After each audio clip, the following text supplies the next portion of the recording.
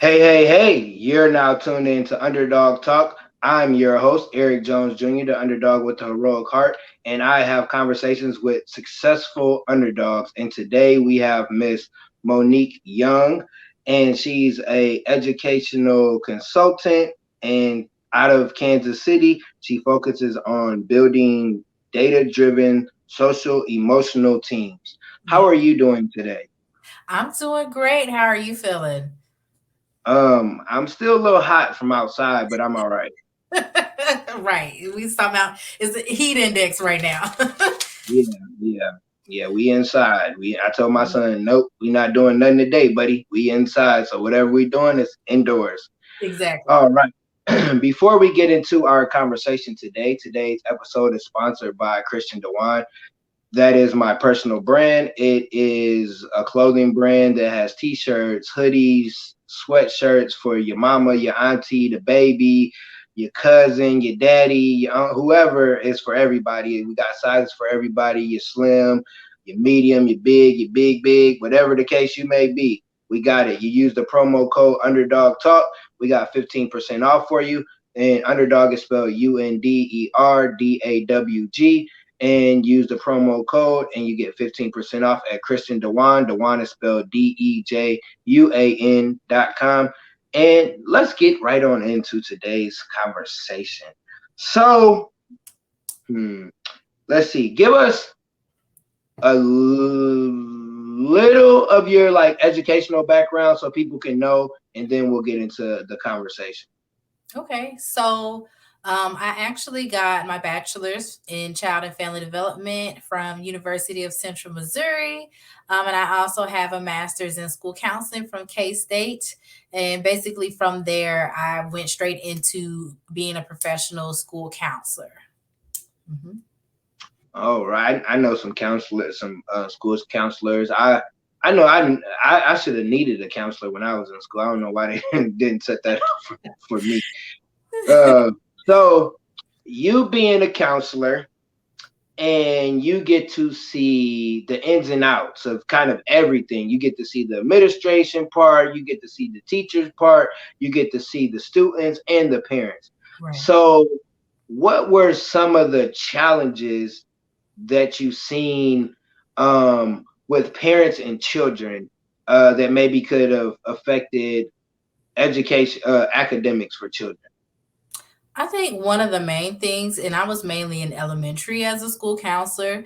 So, one of the main things that I saw at the elementary level was just the kind of, I think some parents brought their students into school having expectations for their student or their child to behave a certain way, at home. And then they get to school and the expectation is a little bit different. And then that causes conflict, like, okay, well, we do that at home, or oh, this is how we always do it. Like, for example, I had a student that he kept getting in trouble in the classroom because he was he was very animated. First of all, he's that student that you come into the classroom, he's like, hey, Miss Young, hey, Mr. Jones, like he's like that. But with his whole classroom, I think they were like watching a little video on YouTube or something like that, and he is like giving commentary, like he's shouting out, he laughing out loud, and she just found that to be disruptive, you know. But I had to talk to her, and I was like, this is probably something that's regular for him at home. Because mind you, he was also a first grader.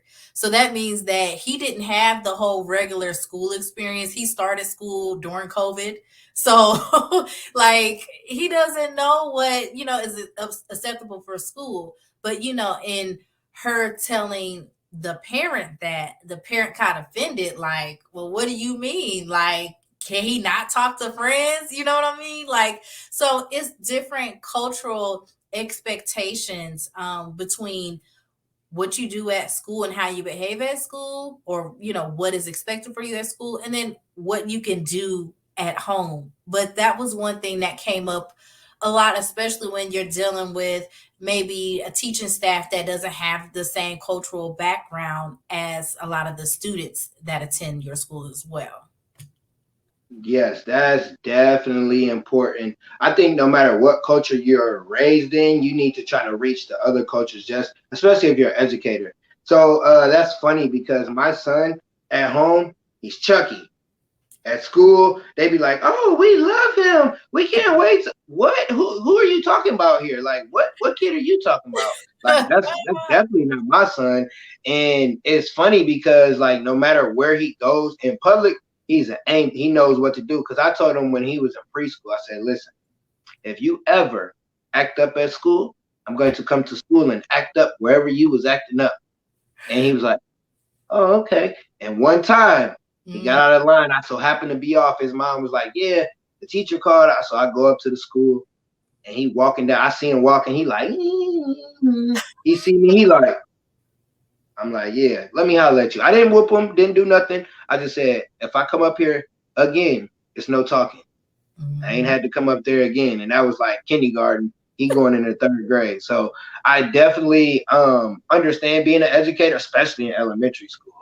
Like the parents will come in and y'all rah rah, and you wonder why little man rah rah. Well, sir, ma'am, uh, Right, they had to get apple, it from somewhere, and like I said, uh, I think that's kind of the difference between, elementary and high school. I think somebody was asking about that on Facebook earlier, like, what's the difference between elementary and high school? And I was like, well, high school, you're dealing most of your interactions with the actual student. When you have a challenge or something that's going on with a student in elementary, you got to get the parent involved. And like I said, hopefully it's a situation where that parent is open to hearing what's going on, because the kid will get to school and like you said, is a totally different person. I mean, they're around their friends, and so they're not used to that, being at home, or maybe they're at home and they're only around cousins and stuff like that. So in that transition of going to school and having, like I said, different things that they're supposed to be doing, like, you don't have to sit down at a desk at home for hours. Like,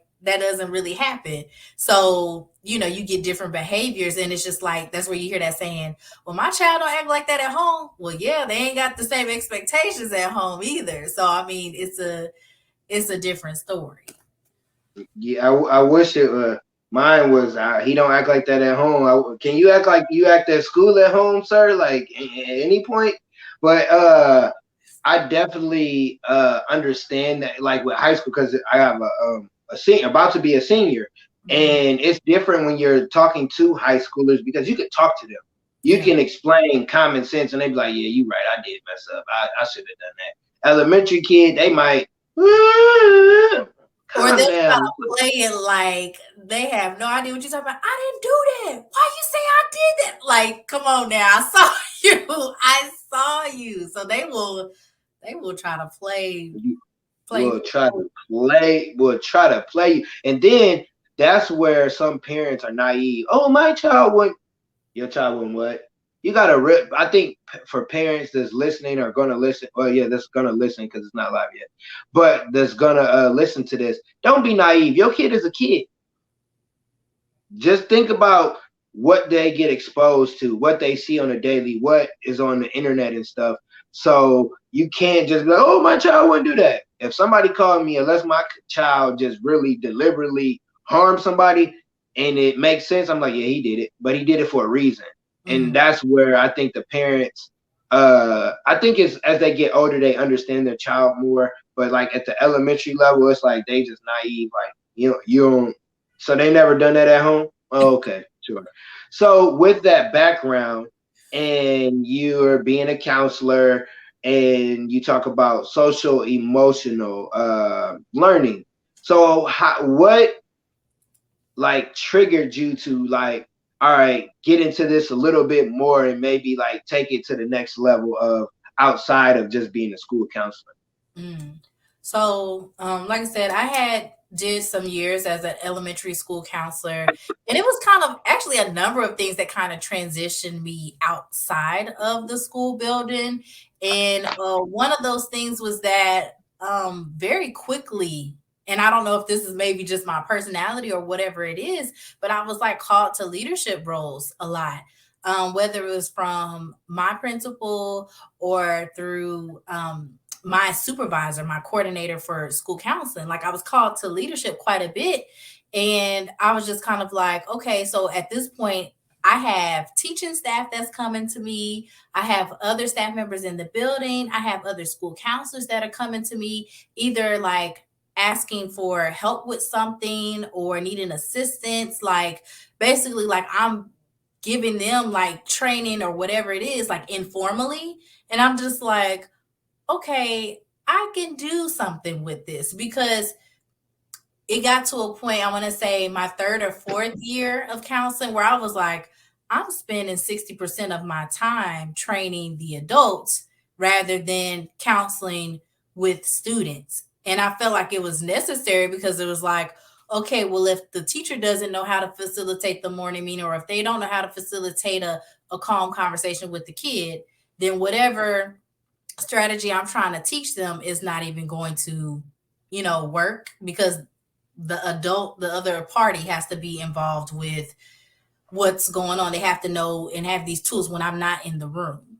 So I was just like, you know what? Instead of me focusing on the students so much, I'm going to focus on helping those who work with students, because there's still such a big gap between, I feel like when I listen to educators talk a lot, like still in schools, you'll hear a lot of conversations are directed towards instructional. But now since COVID has hit, now people are like, oh, we got to take care of the social emotional and their well being. And like that's been there for years, but now it's pushed to the forefront.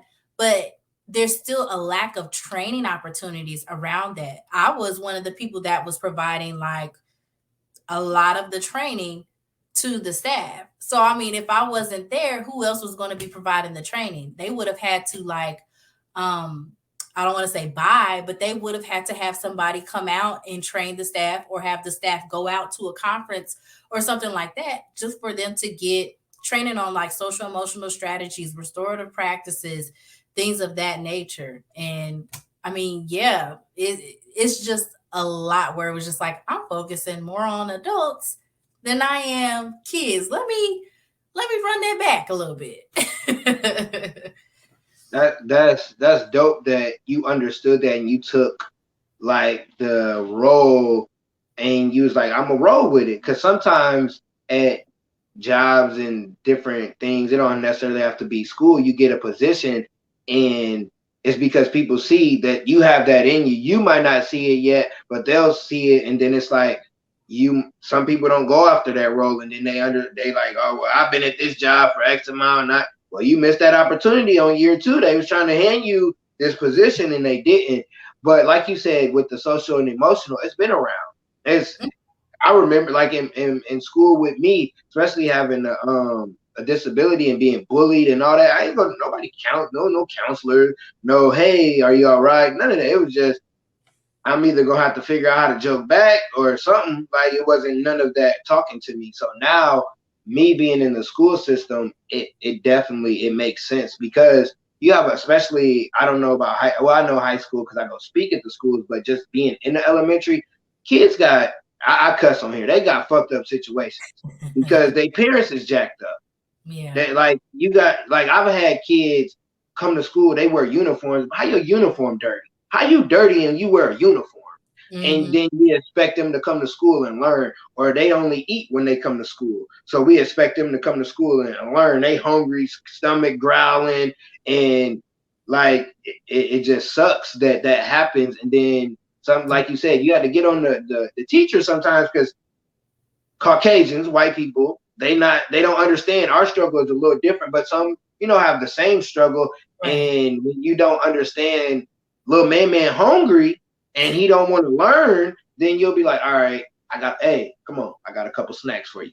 I Yep. know that just from being a teacher, and I know I can see, okay, he eat a lot. He always asks for seconds. I'm gonna make sure we got seconds for him because he might not be able to eat at home. So when you started that's my phone. When you started, doing that, working with the adults, what was like the next steps? Was it like, all right, I'm gonna just stay at this school, or I'm gonna go get some more training and see what I can do on my own with this? Well, I had to think about when I was switching over to consulting. what do I want to focus on as far as like what is going to be the problem that I'm solving in my business, or what is going to be the service that I'm providing. And like I said, throughout my experience as being a school counselor, like there was a transition where when I first came in, I was kind of like the only social emotional support. We had a social worker, but he was split between our school and I want to say two other schools. So he might have been at our school building maybe once a week. So, like I said, I felt like most of it kind of fell upon me. And then that next year, they did get me another social worker, but it was just like, okay, working with this person, I was like, look, we got a lot of things that we need to do to move this school social emotionally. And through the conversations that we had of like, okay, this is where we at, this is like what we do in our roles, we kind of formed our little duo, our little team. And from that, we were able to advocate for a behavior interventionist role. We got another social worker. So, like, we were able to do way more things. By that time, we are a larger team now. So we got our administration on board. We had a communities and schools coordinator, which if you don't have those in your state, is basically a family liaison.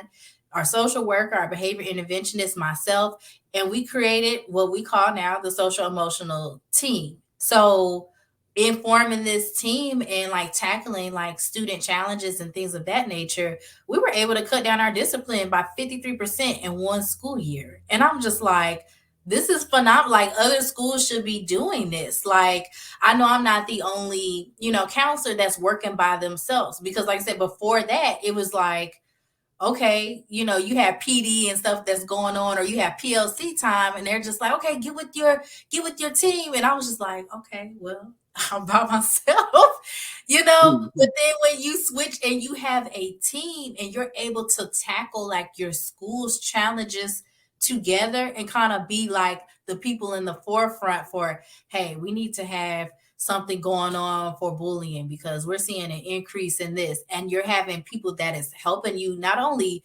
implement this program but also to push the language forward with the other staff, with the other students, like it's way more powerful. And so like I said, when I switched over to consulting, I was like, this is what I need to do because this is what I was already doing as my work as a school counselor.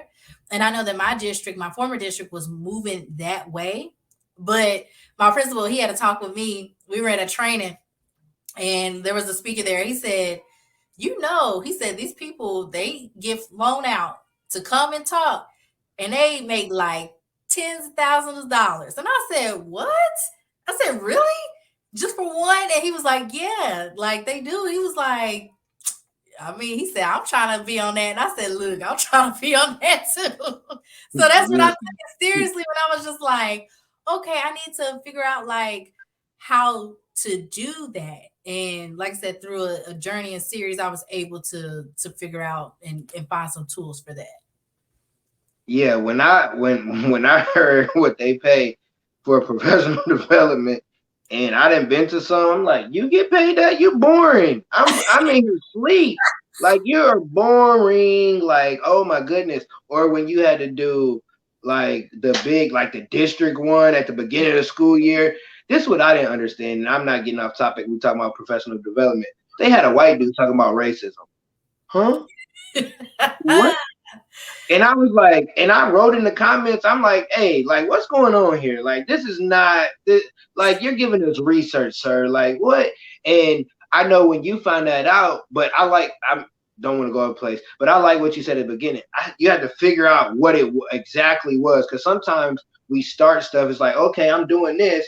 Let me go do it over here, and it's like, nah, you need a team. You need to know exactly what's gonna help your school. You can't just be like, oh well, last year I did working with kids for a month and this what happened. No, you gotta have real data when you're working in the school. And kudos to you. I can't wait till I get the little board with the clapping and all that.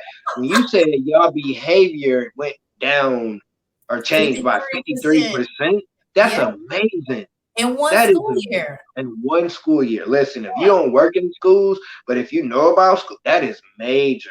Because these kids, some of these kids bad as hell. I ain't even gonna lie to you. Okay, Some and of these. that's why I was like, it totally shifted the culture, the climate. Like district people would come in and they're like, it's quiet. Like kids are learning. They're in classrooms. Like, yeah, like, we knew it was something that we had to get under control, but we also had to change our mindsets too, because we had did all of the reactive things like, oh, we're gonna do Saturday school, or you're gonna have an out of school suspension, an in school suspension, but that stuff wasn't working. And it wasn't until we actually transitioned to we signed on to become a trauma sensitive school that we had trauma training not only for our support staff but for our teachers too. And so we were able to change that question to like, okay, not what did that student do, but what happened to that student, and how can I support that student so that we could be more preventative versus reactive. That's the major key. That data and all that is going to help you be preventative to these student challenges. Like I could probably look at a school's data right now and tell them like, okay, you probably need to put a practice right here. You need to put some type of implementation or intervention right here because this is going to be an issue for you. Like it's all in the data.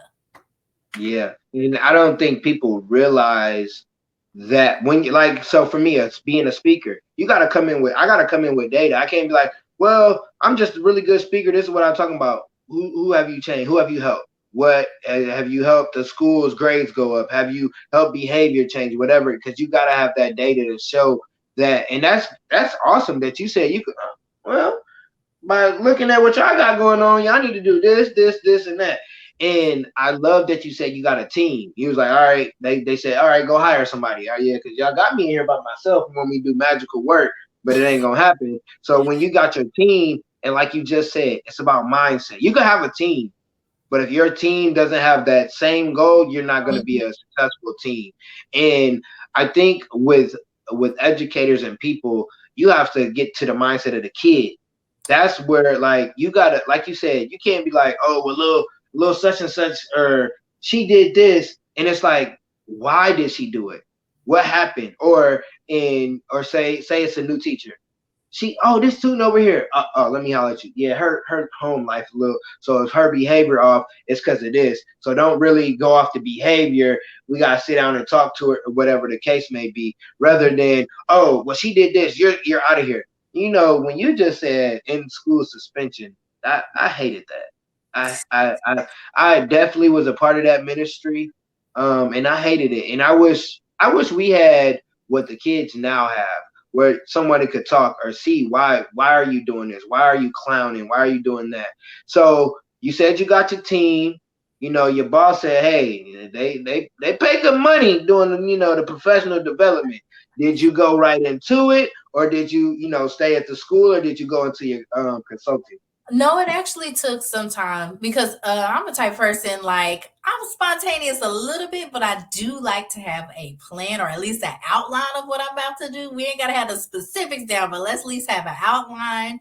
So, matter of fact, I think COVID kind of helped me progress forward with that because you have all this kind of additional time at home. And I remember Clubhouse was something that kind of like popped up. And I was in like school counseling groups, and this person kept talking about like, hey, you can use the skills that you have and create a consulting business based off of the skills that you have. And I was like, okay, she keeps talking about this. Let me listen to what she's talking about. Let me get my paper. Like I would be on Clubhouse with like a notepad and paper. Like, okay, what's she talking about? And like I said, she happened to be an education consultant herself. And she basically helps other education consultants, get your business off the ground. And it's a whole 9-month program where you're learning the steps of like building a consulting program from the ground. So that's she's my mentor and she's my coach, and I like make sure that I'm following what she says, because she's really helped me a lot with a lot of the business aspect. I had the educational knowledge, but going into ed consulting, it's a lot of business. Definitely. And one thing, I'm sitting here listening, you don't got to be a teacher. You don't have to be in the actual building to help students. Like you Right. just said, you're an educational consultant. It was like, yeah, business is totally different because I speak and I've been speaking since 2016, but now it's like I'm understanding it's a business. You got to do this, set it up this way. You just can't be like, hey, well, I speak and I got a really cool story and I just want to come into your school. I'm like, No, it's oh, crazy though okay. because my coach, she will talk about how white people will do that and they are more likely to get something just saying that sentence that you just said, like, hey, I have a really cool story, versus somebody of color, having maybe the same exact story, but we have to work a little bit harder to show people that it's a real business and it's a real, service that you're providing. Yeah, I give an example. It was when I think it was like second or third year speaking. I get an opportunity to speak at a camp, like a football camp. I go up there, I kill it. Kids, oh yeah, the parents, yeah. Dude from the Colts, because here in Indianapolis, the Colts is the team. I don't remember if he was retired or he was still on the team. He comes in and he's talking, but he's not.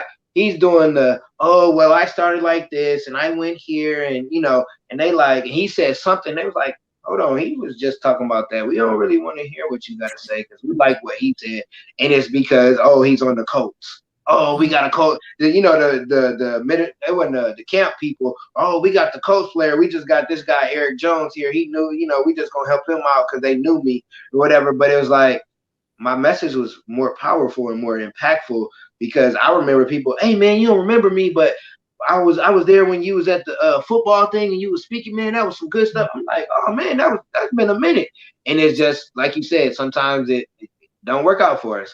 I before for my next question, it's a guy, black guy. This is how I know it's jacked up in the world where what you just said. I'm speaking at the detention center. He wearing a suit and all this. He talking about gangs, all this stuff, right? From research. He ain't been in a gang. He ain't done nothing gang related, but he doing research. And he's sitting there talking to me. And he's like, yeah, man, you got to wear a suit and you got to do this, and that. And I'm like, yeah, my mentor is under Eric Thomas, and both of them don't wear suits, and they make a lot of money, and they're speaking everywhere. Oh, okay, buddy. And I was just like, why does like that mindset of being white? No, you gotta be yourself. And I'm sure you, being a consultant, you had to be yourself. So when you started, did you use the team that you had, or did you get a new team? Oh, see, that's a really good question. So, going into consulting, and I actually do start to see in some education consulting spaces where there are people who have teams. However, this was kind of a venture I took alone, just because, like I said, it's something that if you're going to do it as a team, and especially business, like everybody has to be on the exact same page.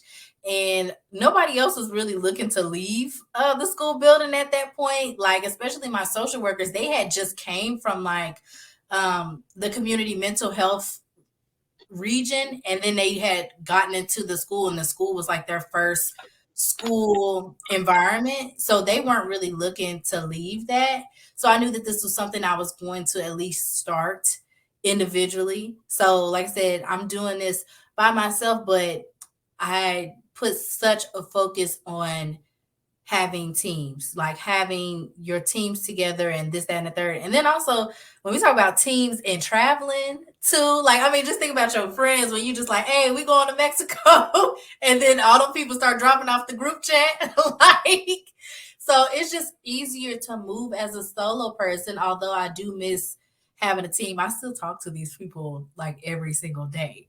But, I'm no longer in that school building space. I knew that particularly for me, trying to still be a school counselor, it was going to limit the people that I would be able to work with. Like if I'm a school counselor, I'm only working with one school.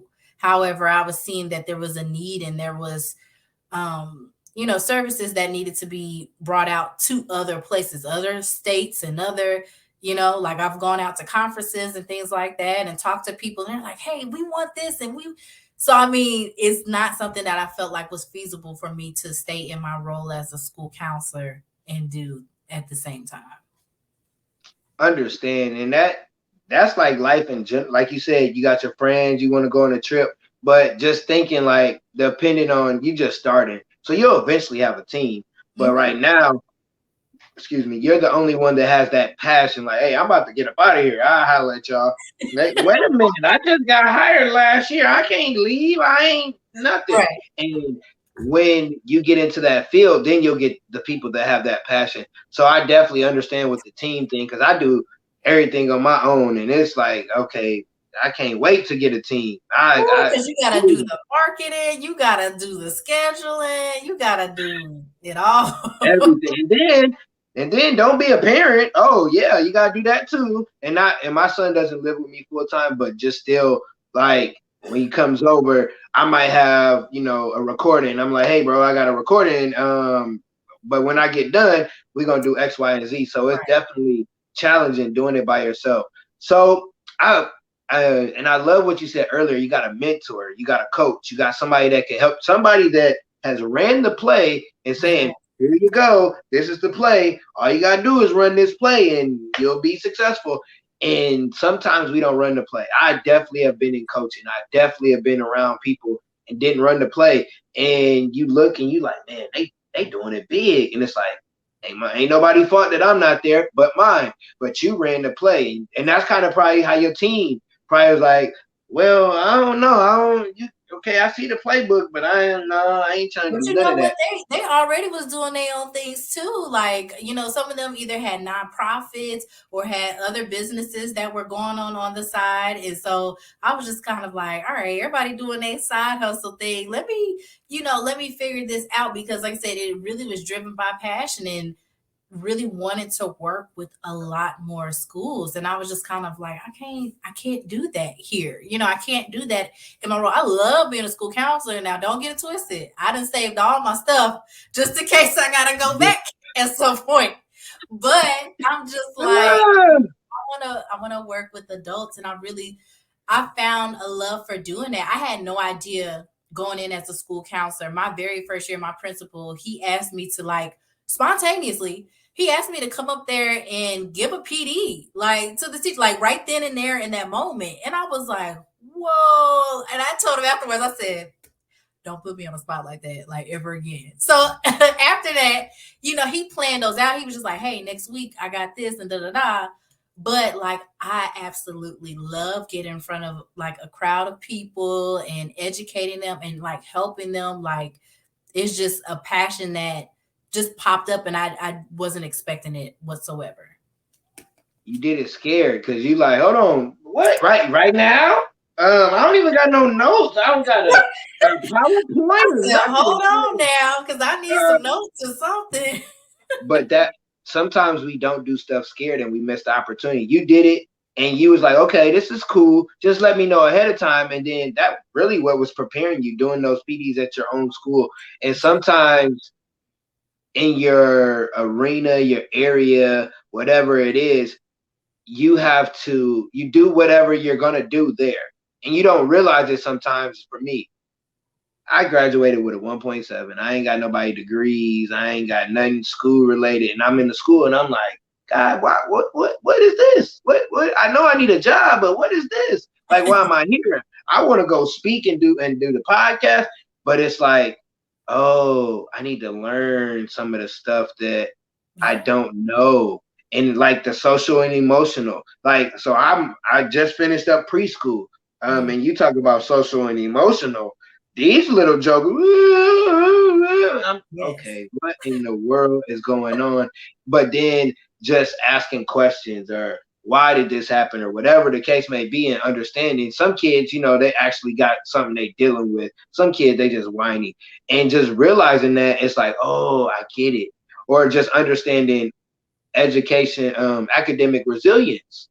Like when I was in school, I didn't care about no grades. As long as I passed, as long as it said D or better, I was good. But now it's like, oh, I do remember having challenges because my grandfather died, and I was taking night school and regular school, and it's like now I can go in here and help kids because they going through stuff, Right. and sometimes we don't understand that. Now when I go into schools, I got a whole weaponry. Like, what's good, kids? Like, whatever y'all got, I'm coming with it.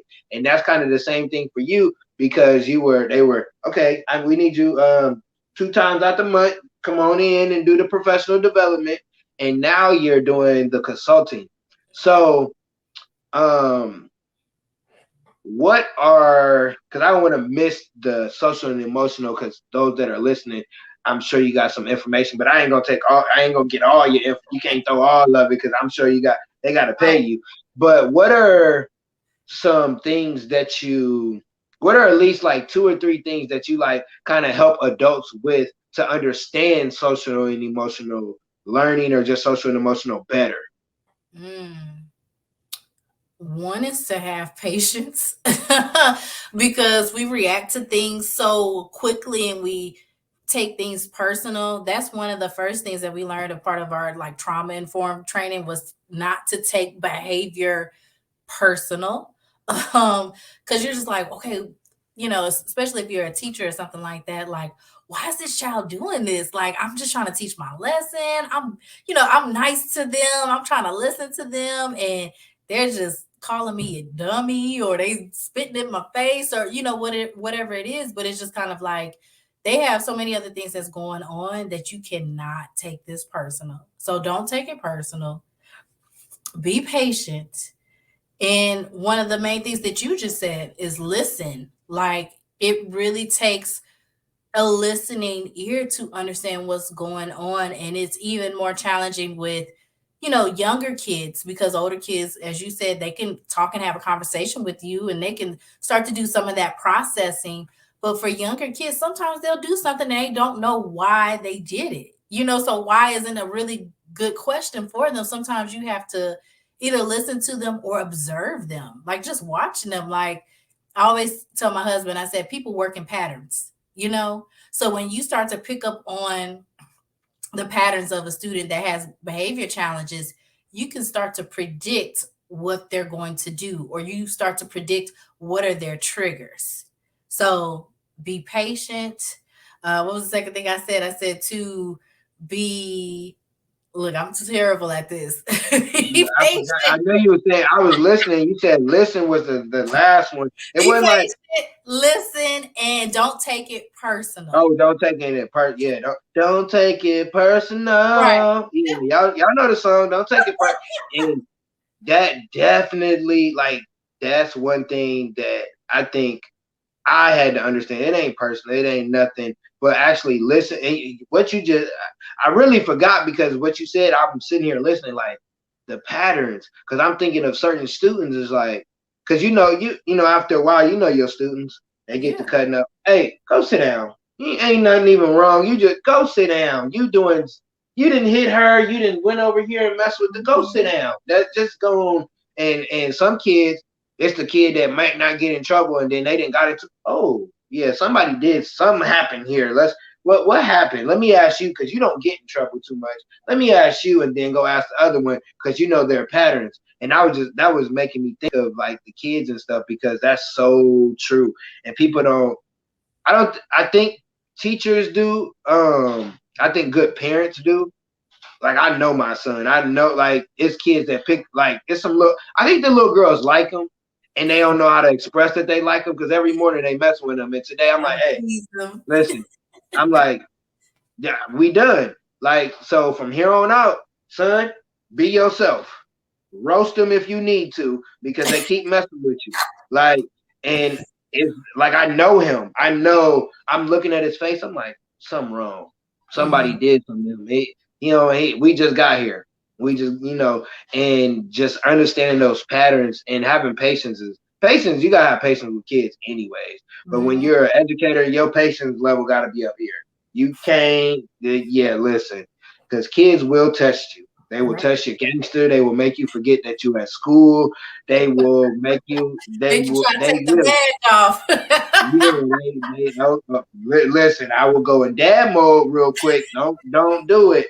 And so those are things that help. So what for parents? And you don't have to give a X amount of numbers, but what are some things parents can do? Because I think that being an educator, sometimes the educator and the parent ain't on the same thing, because the Right. parent don't want to be, or whatever the case, or it could be just communication. But what are some things parents could do? Because that's the most important thing at home, starting Mhm. at home. And then you can maybe talk to the teacher and tell them, hey, when such and such happened, he act this way. So what are some things parents can do or that they need to know?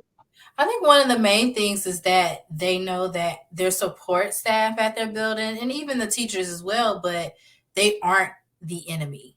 You know, just because they're calling you about your student or they're saying that something's going on is because they're concerned. And it's not because they're trying to make a personal attack on you, your parenting styles, or the way that you're upbringing your children. Like, it's just kind of like, hey, we got a challenge that's going on here, let's figure this out. Because some of my best meetings I've had where we've had like aha moments is because the parent attended and they're just like, oh yeah, well, to help them with this math, we use blocks at home. Oh, well, no wonder this child is like tearing up paper trying to create their own blocks or whatever, but you would never know that if that parent input wasn't there. So like I said, just know that your support staff, they're trying to help you and they're not the enemy. You know, I know sometimes we get personal when it comes to our children because it does feel like an attack on your parenthood or your parenting style, but we're really just trying to be there to help and to support your student. Definitely, because as an educator, and I know I need to talk to a parent, I'm like, I don't even know how I'm going to approach them because I don't want them to feel no kind of way, and I don't want them to talk to me no kind of way because a little kid I can be cool. A parent get to talk. What's going on? Let's keep it cordial, but that communication with the parent and the educator is very important because, like you said, you got a little man and he's struggling and he's trying to build the blocks and no, stop doing that. Well, that's how he learns. And if the parent never said that, nobody would have known.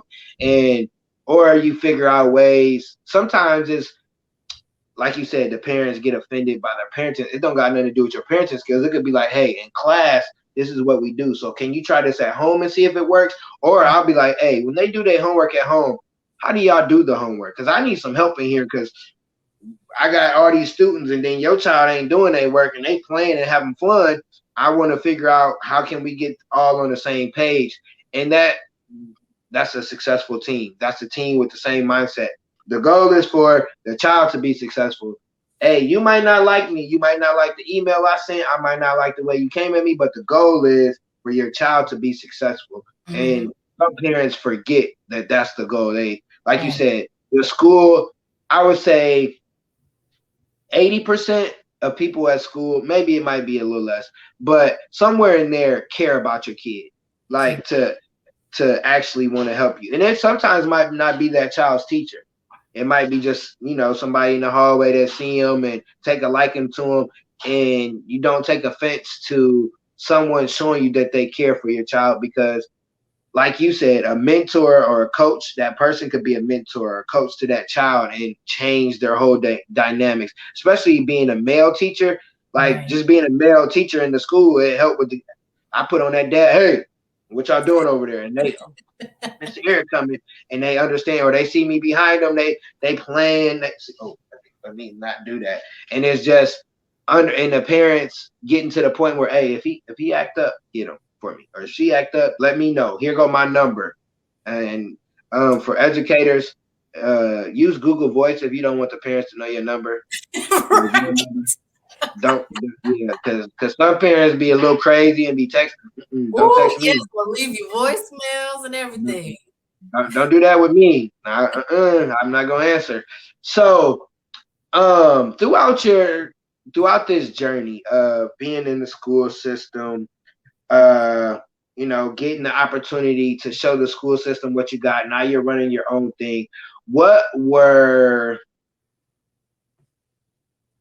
a few personal challenges that made you be like, no, I'll skip this. I ain't even about to do this. I'm gonna just stick at the school. I'm gonna stay here. I got the job. I got the everything good here.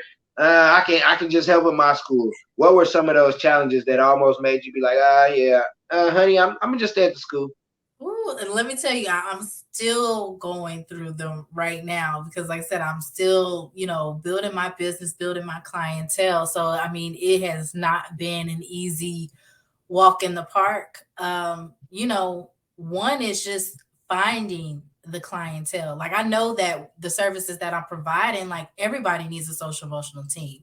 However, again, like I said, I feel like schools are kind of years behind when it comes to some of this work. So when I talk to principals, sometimes they don't have that SEL language quite yet because that's not what they were trained in when they were in their, education programs. That was kind of like the afterthought.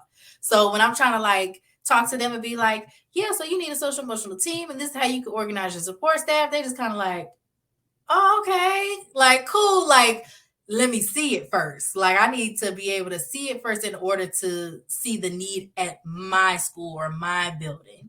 So really I'm targeting support staff, directors and leaders. But even then, these people are hard to find. I mean, typically they might be older, or like most educators, they're trying not to be found on social media. So, I mean, it's not like you could search their name and like something pops up. So I might just have a website with a picture and a name, and that's all I got. I don't have an email. I don't have a phone number to contact people. So it's just like scouring the internet trying to find, my target client. And so that has been one of the craziest challenges to me. So one of my main things is I have to make sure that I'm bringing awareness about my business and posting about my business. That way, a friend could tell a friend. But that, man, I'm telling you, I'll be like, I got the stuff in the basement, honey. Like I got my school counselor stuff. Maybe I just need to go ahead and dust it off. But like I said, I'm really committed to helping these schools and providing these services. So I'm sticking with it. I'm sticking with it. I love that because it definitely being a speaker and then you have to do the research and look up the schools and then you might go to the district and it's 50 schools, but you got to find the high school. Then you got to click on the high school, find the assistant principals and the school, and it's like, Sometimes listen people here, don't call back. They don't yeah, call back you or send they out don't the email email, back. you call, you be like, man, listen, I don't know, but it takes 100 no's to get that one yes, and so it's like you can't give up. I think, and I see it. You found your passion. You understand what your purpose is, and it's like, okay, I'm a roll with these punches because you got to start somewhere. You guys, I seen my guy Will, he made it say you got to start ugly. Like Mm, you got to just just go. yep. Especially when you're doing it by yourself, and then you got coaching or they telling you, hey, you need to do this. You don't do XYZ, that could push you back a year or two. It could push you back maybe a minute because you didn't do those little things, and it's the tedious things it's the tedious things for me. Like I can't wait to get an assistant and do all that scheduling and all. I just want to be able to hit record and where if I'm Okay, speaking that's or it. doing a That's all you got to podcast, worry that's about. it. That's it. Let me know what the topic is, and I'm there. I'm there. Like I don't like doing all the other stuff, but when your purpose is bigger than what you got going on, you understand. Like, all right, This is whew, what I'm tired, but I I'm. still got to do it. Yeah. And I love that you didn't give up because there's people that's gonna need what you provide. Just from me talking to you before, listening to you today, I definitely know there's people out there. So as a friend, I'm gonna reach out to those that are my friends in schools and stuff for you. And anybody listening that's in the education field, you know your school needs some social and emotional learning. She's the one to holler at, and we're gonna make sure that I know some people. I was thinking, I almost forgot that we was recording and was about to start talking about some stuff. I was like, oh wait, I gotta wait till we done. I gotta wait till we done to tell her this stuff. Um, but so you just how long have you been? I got just answer that part, and I got a question to go with that. How long have you been doing the consulting? Well, I've actually had like my LLC, and that's where I feel like I launched, which was last July, actually. So this will be a year coming up. But like I said, I was still working full time at the beginning of the school year as a counselor. So I've only been doing this in my business for about 4 months. So that's why I'm like, I have to give myself the grace to be like, you know what, you just started, you're still reaching out to people, I'm still getting to know people locally, going out to places and booking conferences and things like that. So I have to give myself grace because people have to know about my business and know about myself before they're willing to, do business with me. Understand. So you're a year in. We're gonna say you're at the year mark. We're gonna round it off. Where do you see yourself in the next 3 years, like with this? I believe in 3 years, I think I will still be providing PD and coaching, but I think that will be on the side. I think that I will probably find a position as a director of either social emotional learning or something related for a school district. And that way, I have a set amount of people that I'm working with in order to help grow and to help develop, because that's, like I said, that's what it's all about. Is if I grow somebody else and I help develop them, they're going to take that, they're going to grow somebody else and develop somebody else as well too. I don't think I'll have to do the whole searching the internet and scouring the earth for clients, in 3 years from now. But I'd like to be more settled in, hey, these are my net of people that I'm working with, and we're gonna move like that. We're gonna grow and develop these people so that they can grow and develop others. I love it. I love it because you basically like, all right, I done this for some years. I know what I need to do. This is what we need to do. Now you're building a team, and then the team builds, and I love it. I love the idea of being a director, because sometimes I think when we do and I'm not against working a 9 to 5 because I've had to, but sometimes you gotta step outside to step back in to figure out what position is impactful, especially in the education field, because who knows where schools is going in the next few years, because it might go virtual for, I was talking to a lady yesterday, and she tutors through virtually, and she was like, there's a school in New York that's all virtual. And I was like, that's a good thing, but then you don't have sports, you don't have that social part of it. So it's going to be a lot different just with COVID hitting, and then the technology that we have is going to change things for kids. So before we get to how people can reach out to you, what are because you gave a couple tips earlier. I'm trying to think how. So what are 3 tips for people, adults, not, it don't matter who the adults are, that either the parent, the administrator, teachers, what are some things that they can do to implement in how they interact with children Mm. with the social and emotional? So 3 tips for adults and how to interact with Like, students in a yep. social emotional way. Um, One is getting to know the student. You know how many educators will walk up to a student and not know their name? And if you've ever been that student where you've been called, either you're called somebody else's name and that's not your name, or people don't address you, like, get to know your students, because that's going to start connections with them, and just asking them things about themselves. It doesn't have to be something formal. It could be, something as silly as, what's your favorite ice cream flavor? But a lot of times kids aren't asked about themselves. They're asked to do stuff or they're told to do stuff, but they're not asked about themselves a lot. Not until they get to high school and people are asking them, well, what do you want to do when you get older? That at that point it's like, well, dang, do I even know myself? Like, nobody's really asked me about myself. So, ask kids questions, get to know them, because they're basically miniature adults. They're just trying to figure things out. So, build those connections with them and really get to know them. Yeah, that is so important. Because for me, like with my class, one thing I've seen another teacher do it, and when all the kids come in, you be like, "Oh, Monique's here today, here today, hurrah!" And then I'd be like, "So, how are you feeling today? What do you want to learn today?"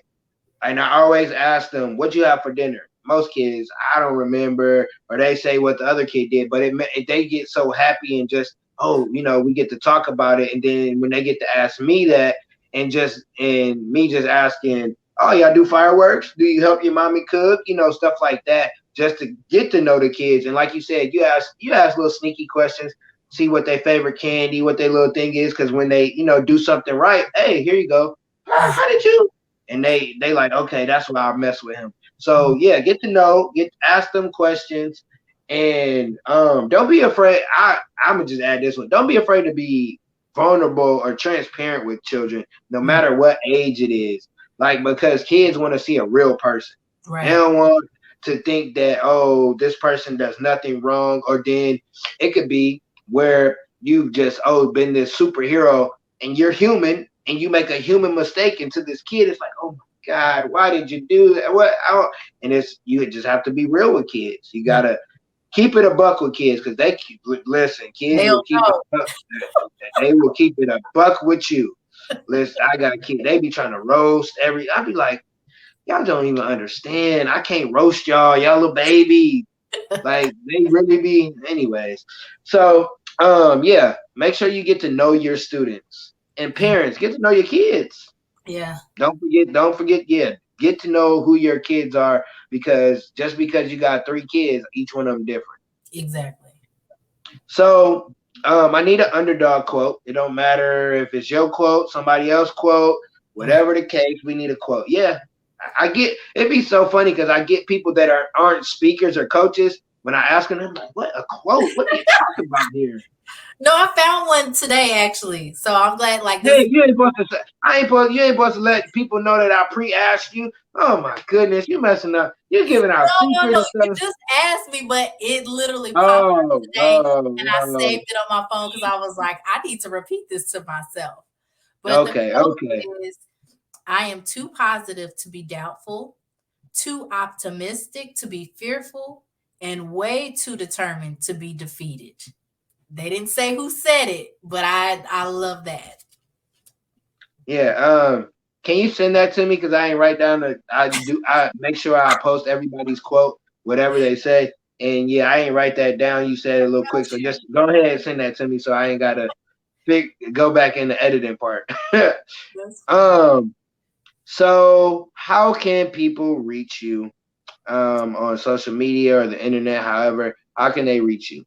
Okay, so I'm so I'm on Instagram. That's under Young Mind Creations underscore LLC. But then also I do YouTube content where I'm kind of giving tips to social emotional leaders and other student support staff.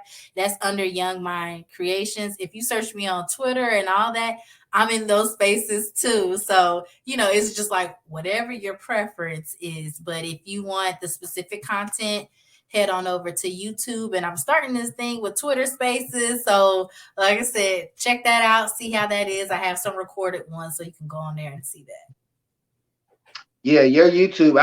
I'm glad you reminded me about the YouTube, because I was checking it out and I definitely got a question of how you did something, and I was like, okay, I'm gonna ask, but I'm gonna wait to ask that. So, Young Mind Creation LLC. That's basically everywhere. That's where you Mhm. gonna find her. But go to YouTube, because her page is definitely informational, especially if you're an educator or administrator and you want to learn about what she does. That's definitely the place to go. Yeah. I appreciate you. This was a good conversation. Thank So I have to tell the people, she used to be a Jones, and that's why our connection is good. All the people I do the podcast with, or I'm on there.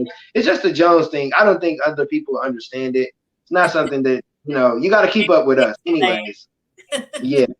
So I appreciate you being on here. Thank you for all the information that you you. gave. I didn't want to go super into it and how you giving out all your stuff, but it was a great conversation, and um, I love your journey, and I hope everything goes as planned with what you're doing, because I know when you go through stuff, life will punch you and hit you with a 2 piece and a biscuit, and you like, All right, I wasn't even ready for that. So everything that you do is going to be it's going to get done because you have a purpose behind what you're doing. You're not just doing it to say you're a cool consultant. You're actually doing it so that it can help the students. So kudos to you. I always try to give my guests their flowers while they're on here.